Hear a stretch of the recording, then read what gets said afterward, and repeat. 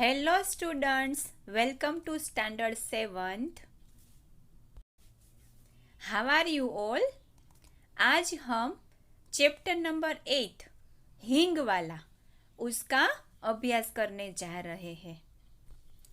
हींग वाला एक कहानी है जो सुभद्रा कुमारी चौहान द्वारा लिखी गई है। सुभद्रा कुमारी चौहान का जन्म सन 1904 में प्रयाग में हुआ था। महादेवी वर्मा की सहपाठिनी रही सुभद्रा जी किशोरावयी में ही स्वतंत्रता आंदोलन में जुड़ गई। 9 वर्ष की उम्र में नीम के पेड़ पर लिखी कविता मर्यादा पत्रिका में छपी। जब 9वीं कक्षा में थी तभी उनका विवाह हो गया, इसीलिए पढ़ाई बीच में ही छूट गई। इनके पति ठाकुर लक्ष्मण सिंह चौहान भी स्वतंत्रता सेनानी थे। कई बार तो दोनों को जेल में होते थे तो कई बार परिवार से निस्सहाय। सुभद्रा जी का रुझान प्रेरणात्मक कविताएं और गद्य लेखन में रहा। 15 फरवरी 1948 में मोटर कार दुर्घटना में इनका आकस्मिक निधन हो गया। मुकुल कविता संग्रह, बिखरे मोती कहानी संग्रह, सीधे साधे चित्र संस्मरण और त्रिधारा इनकी प्रमुख कृतियां हैं। राखी की चुनौती, जलियांवाला बाग में बसंत, कदम का पेड़, झांसी की रानी की समाधि पर, खूब लड़ी मर्दानी आदि इनकी चर्चित कविताएं रही है। प्रस्तुत कहानी में लेखिका ने बताया है कि हर कौम यानी कि हर एक ज्ञाति के जाति के लोग बुरे हो सकते हैं, मगर अधिकांश लोग भले ही होते हैं। वे जिसके संपर्क में आते हैं गहरी छाप छोड़ने में सफल रहते हैं। इस कहानी का नायक हींग वाला पठान ऐसा ही है कि भला इंसान है जो उन बच्चों को मौत के मुंह से बचाता है जो उसे देखना भी पसंद नहीं करते हैं। तो आइए देखें हींग वाला कहानी। अम्मा हींग लेगा कहता हुआ एक खान लगभग 35 साल का आंगन में आकर रुक गया। पीठ पर बंधे हुए पीपे को खोलकर नीचे धर दिया और मौलश्री के नीचे बने हुए चबूतरे पर बैठ गया। यहाँ लेखिका बता रही है कि एक खान जो हींग बेचता है वो एक घर पर आया कि जहाँ पर एक सदाबहार पेड़ है, उसके चबूतरे पर बैठ गया। भीतरी बरामदे से एक 9-2 बरस के बालक ने बाहर निकल कर उत्तर दिया, अभी कुछ नहीं लेना, जाओ। अंदर से एक 9-10 साल का बालक आया और उन्होंने ही उत्तर दे दिया कि हमें कुछ नहीं लेना है, आप जाओ। पर खान इतने में भला क्यों जाने लगा। वह जरा और आराम से बैठ गया और अपने साफे के छोरों से हवा करता हुआ बोला, अम्मा हींग ले लो। अम्मा हम अपने देश को जाते हैं, बहुत दिनों में लौटेगा। पर खान बालक की बात सुनकर थोड़ा ही चला जाएगा। वो तो अच्छी तरह आराम से बैठ गए और अपने सिर पर जो साफा बंधा हुआ था उसका एक छोर मतलब साइड में से निकला हुआ कपड़ा, उससे वो हवा खाता हुआ बोला कि अम्मा आप हींग ले लीजिए, मैं अपने देश को जा रहा हूँ, बहुत दिनों के बाद लौटूंगा। सावित्री इस हम उम्र बेटे की बात शायद ही कभी टाल सकी हो। रसोई घर से हाथ धोकर वह बाहर आई और बोली, हींग तो अभी बहुत सी रखी है खान, अभी 15 दिन भी नहीं हुए कि जब तुमसे हींग ली थी। इतने में बेटे की बात सुनकर सावित्री जो 9-10 बरस का बच्चा था उसकी माँ रसोई घर से हाथ धोती हुई बाहर आई और खान से बोली, कि अभी हींग तो बहुत सारी पड़ी थी, अभी 15 दिन पहले ही तुम आए थे ना, तब मैंने ली थी।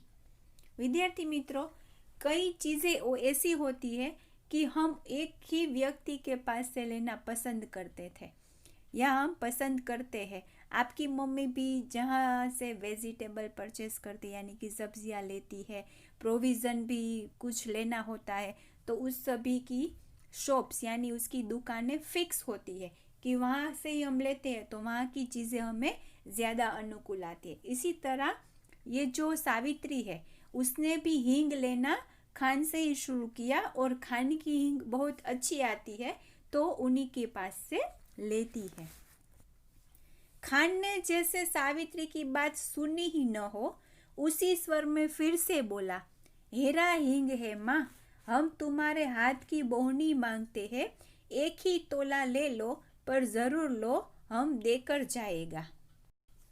विद्यार्थी मित्रों, यहाँ पर बोहनी का अर्थ है पहली बिक्री। आपने कभी सुना होगा कि सुबह सुबह हम कहीं पर भी जाते, ज़्यादातर सब्जी वाले हमारे घर पर आते हैं, तो बोलते हैं कि बोनी कराओ, बोनी कराओ। तो बोनी का अर्थ है पहली बिक्री, कि कोई अच्छा व्यक्ति, भला मानस मिल जाए और हमारी चीज़ें ले लेना, तो पूरा दिन व्यापार अच्छा होता है। और तोला, उसका मतलब होता है 10 ग्राम की एक तोल। खान ने जैसे सावित्री की बात सुनी ही न हो, उसी तरह वो फिर से बोलने लगा कि मैया, हींग बहुत ही बढ़िया है, हेरा हींग है, मैं तुम्हारे हाथ की बोनी चाहता हूँ, एक तोला पर ले लो ज़रूर, मुझे आप बोनी कराओ। इतना कहकर खान ने हींग के छोटे बड़े कई डिब्बे खोलकर रख दिए। सावित्री उन डिब्बों की तरफ देखी भी न पाई थी कि उसने त्वरित गति से एक डब्बा सावित्री के सामने सरकाते हुए कहा, तुम और कुछ मत देखो माँ, यह हींग 1 नंबर है, हम तुम्हें धोखा नहीं देंगे।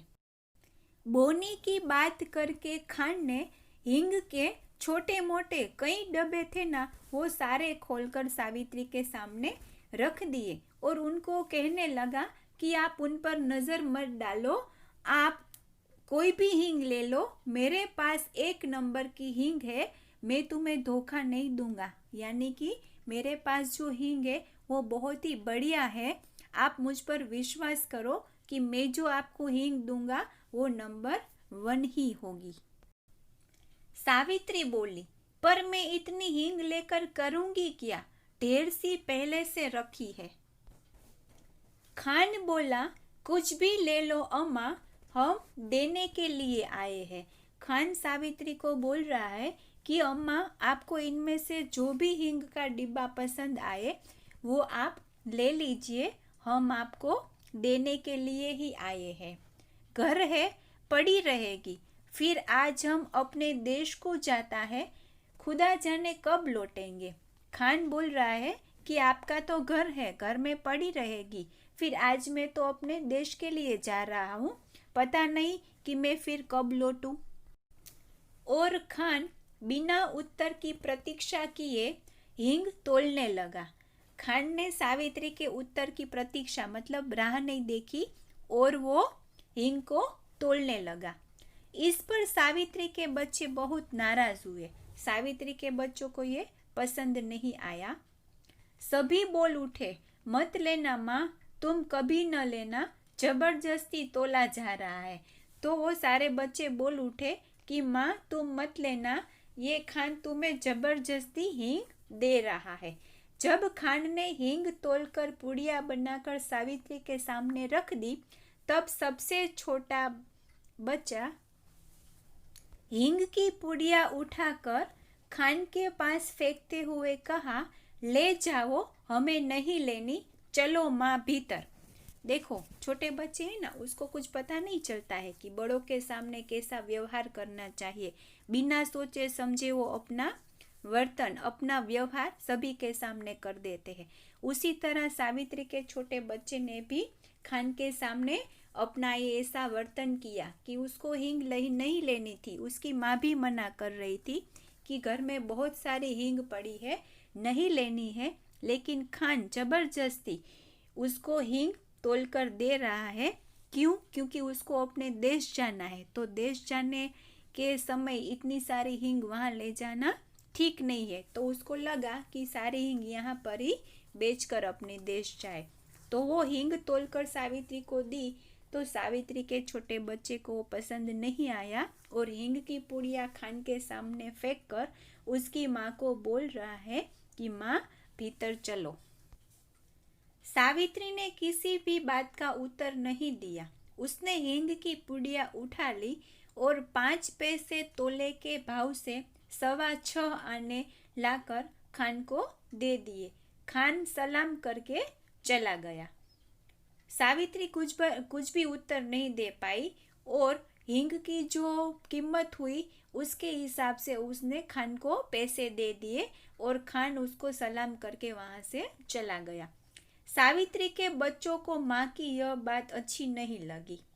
वे तीनों बहुत नाराज थे। उन्हें यह लग रहा था कि माँ ने खान को इतने पैसे दे दिए, अभी हमने मांगे तो कभी न दे। 6 साल का छोटा बच्चा बोला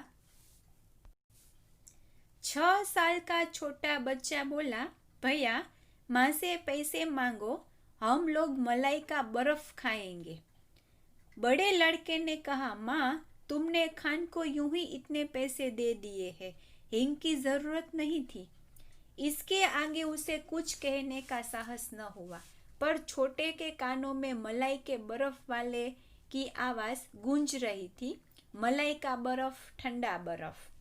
बच्चे आपस में बातें कर रहे थे कि माँ ने जो किया वो सही नहीं किया। अगर हमने पैसे मांगे होते तो माँ हमें पैसे नहीं देती। इतने में वो छोटा लड़का है, वो अपने बड़े भाई को बोल रहा है कि भैया आप माँ से पैसे मांगो, हमें बर्फ के मलाई के गोले खाने हैं। तो उसके कानों में वो बर्फ के मलाई वालों की गूंजें गूंज रही थी। वह माँ से बिगड़ कर बोला, माँ 6 आने पैसे हमको भी दो, हम बिना लिए नहीं रहेंगे।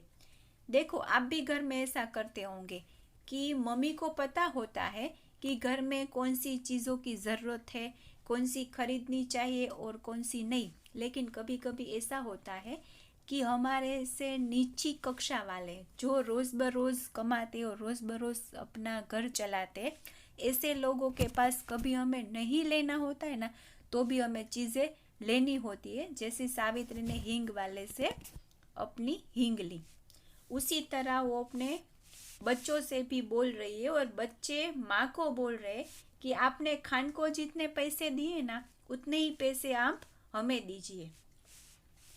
8 साल की लड़की भी गंभीर स्वर में बोली, तुम माँ से पैसे न मांगो, वे तुम्हें न देगी। उनका बेटा तो वही खान है, हम नहीं। देखो बच्चे छोटे होते हैं ना, तब उनकी सोच इतनी बड़ी नहीं होती है। तो सावित्री की एक लड़की थी 8 साल की, वो गंभीर स्वर में बोली कि आप माँ से पैसे मत मांगो, हम थोड़ी ना उनके बच्चे हैं, वो खान उनका बच्चा है, माँ हमें पैसे नहीं देगी। सावित्री को बच्चों की इन बातों पर हंसी आ रही थी, किंतु उसने अपनी हंसी दबाकर बनावटी क्रोध में कहा, चलो हटो, बड़ी बातें बनाने लग गए हो, खाना तैयार है, खाओ। बच्चों की बातें सुनकर सावित्री को मन ही मन में हंसी आ रही थी, लेकिन वो हंसी बच्चों को दिखाना नहीं चाह रही थी और उसने बनावटी क्रोध अपने चेहरे पर लाकर बोला कि चलो, बहुत बड़ी बातें बनाना सीख गए हो, खाना तैयार है, खाने खाने बैठ जाओ। छोटा बेटा बोला, पहले पैसे दो, तुमने खान को दिए हैं। सावित्री ने कहा, अच्छा चलो, पहले खाना खाओ, फिर रुपया तुड़ाकर 6 आने दूंगी। खाना खाते खाते हिसाब लगने लगा। बच्चों ने भी जिद की कि पहले आप पैसे दोगे तो ही हम खाना खाएंगे, लेकिन सावित्री ने बोला कि आप पहले खाना खा लो, उसके बाद मैं सबको पैसे दूंगी। तो खाना खाते समय सारे बच्चों में हिसाब होने लगा। रुपये में 16 आने, 6 आने रतन लेगा, 6 मुन्नी, छोटे के लिए तो 4 आने ही बचेंगे। खाना खाते समय सारा हिसाब करने लगे कि कितने के हिस्सों में कितने आने आएंगे। छोटा बिफर गया, कभी नहीं, मैं 6 आने लूँगा। तो उसका छोटा बच्चा गुस्से में बोला कि नहीं, मैं इतने कम पैसे क्यों लूँ, मैं तो पूरे 6 आने ही लूँगा। यदि मुन्नी ने 4 आने लेना स्वीकार न कर लिया होता तो दोनों भाइयों में तकरार की नौबत आ गई होती। कई महीने बीत गए, सावित्री की सब हींग खत्म हो गई। इसी बीच होली आई। होली के अवसर पर शहर में दंगे हुए, बहुत से लोग मारे गए। मरने वालों में 2 खान भी थे। इससे खान लोगों में बड़ा उत्पात मचा। सावित्री कभी कभी सोचती, हींग वाला खान तो नहीं मारा गया होगा ना। फिर सोचती, मार डाला गया होता तो मरने दो, दूसरे हींग वाले भी तो होंगे। परंतु न जाने क्यों उस हींग वाले खान की याद उसे प्रायः आ जाया करती है। होली के बाद जो दंगे हुए खान लोगों में, तो सावित्री सोचती है कि जो 2 खान मारे गए हैं उसमें वो हींग वाला खान तो नहीं है। फिर सोचती कि मर गया होगा तो भी कोई बात नहीं, वो किसी और दूसरे हींग वाले से हींग लेगी। लेकिन तुरंत ही उसके मगज में, उसके मन में विचार आ जाता है कि नहीं, वो खान कोई दूसरा और ही होगा। स्टूडेंट्स, इस कहानी को हम आज यहाँ तक ही रखते हैं। नेक्स्ट वीडियो में इस कहानी को हम आगे तक ले जाएंगे। नेक्स्ट वीडियो में मिलते हैं, तब तक के लिए bye. Thank you very much.